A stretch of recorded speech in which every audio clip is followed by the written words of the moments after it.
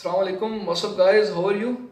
I am Mohammad Hamza and welcome to my channel Alchemy Institute and Chemistry Easy है and thanks for your love and support.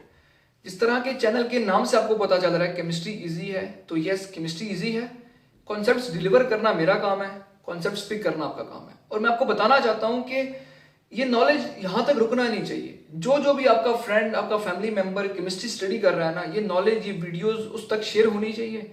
और अगर अभी तक आपने मेरे चैनल को सब्सक्राइब नहीं किया तो इसको सब्सक्राइब कर लीजिए। और वापस आते हैं अपने टॉपिक की तरफ। हम लोगों ने class 12 chapter number 9 benzene start किया हुआ था, Rawalpindi board and federal board. Benzene का लेक्चर नंबर 1, उसमें मैंने आपको ओवरव्यू दिया था बेंजीन का। बेंजीन की प्रॉपर्टीज हम लोगों ने डिस्कस की थी, यूजेस डिस्कस किए थे और उसकी डिस्कवरी और उसके डिफरेंट स्ट्रक्चर्स। आज की जो वीडियो है बहुत इंपॉर्टेंट वीडियो है, स्टेबिलिटी ऑफ बेंजीन। बहुत इंपॉर्टेंट लेक्चर है। Why benzene is so stable. Benzene को हम लोग क्यों ज्यादा स्टेबल कहते हैं, इसकी वजह क्या है? तो आपको पहली चीज ना स्टेबिलिटी का कॉन्सेप्ट होना चाहिए कि कोई भी स्ट्रक्चर स्टेबल कब होता है। स्ट्रक्चर तब स्टेबल होता है जब उसके अंदर एनर्जी कम हो, जब उसके अंदर हिंड्रेंस कम हो, रिपल्शन कम हो। एनर्जी और स्टेबिलिटी का इनवर्स रिलेशनशिप है। एनर्जी और स्टेबिलिटी का इनवर्स रिलेशनशिप है। एनर्जी ज्यादा होगी तो स्ट्रक्चर कम स्टेबल होगा, एनर्जी कम होगी तो स्ट्रक्चर ज्यादा स्टेबल होगा। इन अदर वर्ड्स आप ये कह सकते हैं कि जब भी कोई बॉन्ड हम लोग ब्रेक करते हैं किसी भी स्ट्रक्चर का, अगर हमारे पास एनर्जी कम रिलीज हो, एनर्जी जो रिलीज हो रही है वो कम हो, जितनी एक्सपेक्टेड है, जितनी रिलीज होनी चाहिए उससे कम रिलीज हो रही है, तो हम ये कह सकते हैं कि वो स्ट्रक्चर उस फॉर्म में ज्यादा स्टेबल था, इस वजह से एनर्जी कम रिलीज कर रहा है। तो स्टार्ट करते हैं बेंजीन की स्टेबिलिटी। एक्सपेरिमेंटली हम लोग प्रूव करेंगे इसको कि बेंजीन स्टेबल क्यों है, इसकी वजह क्या है। अगर मैं साइक्लोहेक्सीन बनाऊं, हेक्सीन, एक डबल बॉन्ड लगाता हूं मैं और मैं इसका रिएक्शन करवाता हूं हाइड्रोजन के साथ, मतलब इसकी हाइड्रोजनेशन करवाता हूं मैं। यह हाइड्रोजन, एक हाइड्रोजन इस कार्बन के साथ अटैच हो जाएगा, एक कार्बन एटम इसके साथ अटैच हो जाएगा, ये बॉन्ड ब्रेक हो जाएगा, तो ये बन जाएगा साइक्लोहेक्सेन। इस केस में जो एनर्जी रिलीज हुई है वो कितनी रिलीज हुई है? -119.5 किलो जूल पर मोल। हाइड्रोजन को रिएक्ट करवाया मैंने साइक्लोहेक्सीन के साथ और एज अ रिजल्ट साइक्लोहेक्सेन बन गया। अब ये जो बॉन्ड ब्रेक हुआ, इसके ब्रेक होने में एनर्जी जो रिलीज हुई वो कितनी हुई? -119.5 किलो जूल पर मोल। अब मैं क्या करता हूं कि पहले एक डबल बॉन्ड था, अब 2 डबल बॉन्ड लगा देता हूं, 1 2।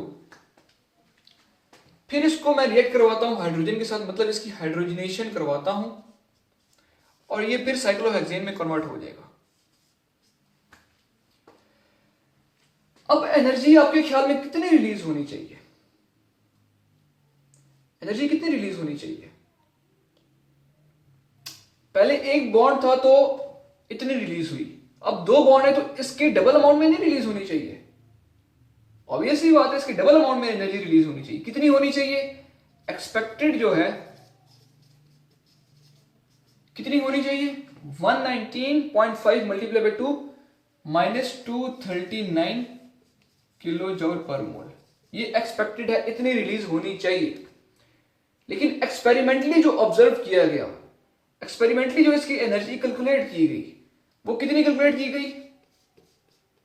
एनर्जी जो रिलीज हुई वो कितनी हुई? -231.5 किलो जूल पर मोल, जो कि एक्सपेक्टेड से कम है। ये 239 एक्सपेक्टेड इतनी रिलीज होनी चाहिए थी, लेकिन 231 हुई, 231.5। अब फिर क्या किया गया कि पहले एक बॉन्ड था, फिर 2 थे, अब तीनों बॉन्ड, मतलब बेंजीन को रिएक्ट करवाया गया हाइड्रोजन से, 3 डबल बॉन्ड। इसको रिएक्ट करवाया गया हाइड्रोजन से, हाइड्रोजनेशन करवाई गई इसकी, तो साइक्लोहेक्सेन में इसको कन्वर्ट करवाया गया। जब ये तीनों बॉन्ड ब्रेक हुए तो अब एक्सपेक्टेड कितनी रिलीज होनी चाहिए थी? एक्सपेक्टेड वैल्यू कितनी होनी चाहिए थी? 119 मल्टीप्लाई बाय 3, इतनी रिलीज होनी चाहिए थी। ये बनता है तकरीबन 358.5 किलो जूल पर मोल। लेकिन जो एनर्जी रिलीज हुई, जो ऑब्जर्व की गई, वो कितनी की गई? -208 किलो जूल पर मोल। -208 एक्सपेक्टेड से ये बहुत ज्यादा कम है। एक्सपेक्टेड से ये तकरीबन 150 किलो जूल पर मोल एनर्जी कम है। इनका डिफरेंस 150 आ रहा है। ये क्यों इतनी कम एनर्जी रिलीज हो रही है? रिलीज इतनी होनी चाहिए लेकिन इतनी हो रही है क्यों? इसकी वजह क्या है कि ये बॉन्ड डीलोकलाइज बॉन्ड है। बेंजीन का जो स्ट्रक्चर है वो डीलोकलाइज स्ट्रक्चर है। डीलोकलाइज इलेक्ट्रॉन प्रेजेंट है इसके अंदर। ये जो पाई बॉन्ड है ना, जब अगर मैं इस बॉन्ड को यहां से ब्रेक करने लगूंगा ना, तो ये अपनी पोजीशन चेंज करके इधर शिफ्ट हो जाएगा। यहां से फिर मैं बॉन्ड ब्रेक करने लगूंगा तो ये पोजीशन चेंज करके इधर शिफ्ट हो जाएगा। वो मूव करते रहते हैं अपने सर्कल के अंदर, इजीली ब्रेक नहीं होते। तो इस वजह से एनर्जी ज्यादा इन बॉन्ड को ब्रेक करने में यूटिलाइज हो रही है। तो इसलिए हम लोग कहते हैं कि बेंजीन ज्यादा स्टेबल स्ट्रक्चर है, क्योंकि इसके इलेक्ट्रॉन डीलोकलाइज इलेक्ट्रॉन है, ये इजीली ब्रेक नहीं हो सकते। जब भी हम लोग इसको ब्रेक करना चाहेंगे तो ये अपनी पोजीशन चेंज कर लेंगे। इस वजह से हम लोग कहते हैं कि बेंजीन बहुत ज्यादा स्टेबल स्ट्रक्चर है। उसकी वजह डीलोकलाइजेशन ऑफ इलेक्ट्रॉन्स, सिंपल। तो ये टॉपिक था स्टेबिलिटी ऑफ बेंजीन का। ये छोटा सा एक कॉन्सेप्ट था और ये बहुत ही इंपॉर्टेंट टॉपिक है। अगर आपको फिर भी कोई कंफ्यूजन है इसके अंदर तो आप कमेंट कर सकते हैं। मैं वो कमेंट पढ़ूंगा और आपको उसका रिस्पॉन्स करूंगा, चाहे उसके लिए मुझे एक सेपरेटली अलग से वीडियो बनानी पड़ जाए। मैं वो वीडियो बनाऊंगा क्योंकि कॉन्सेप्ट्स आपके क्लियर होने चाहिए। आपको केमिस्ट्री फिंगर टिप्स पे याद होनी चाहिए।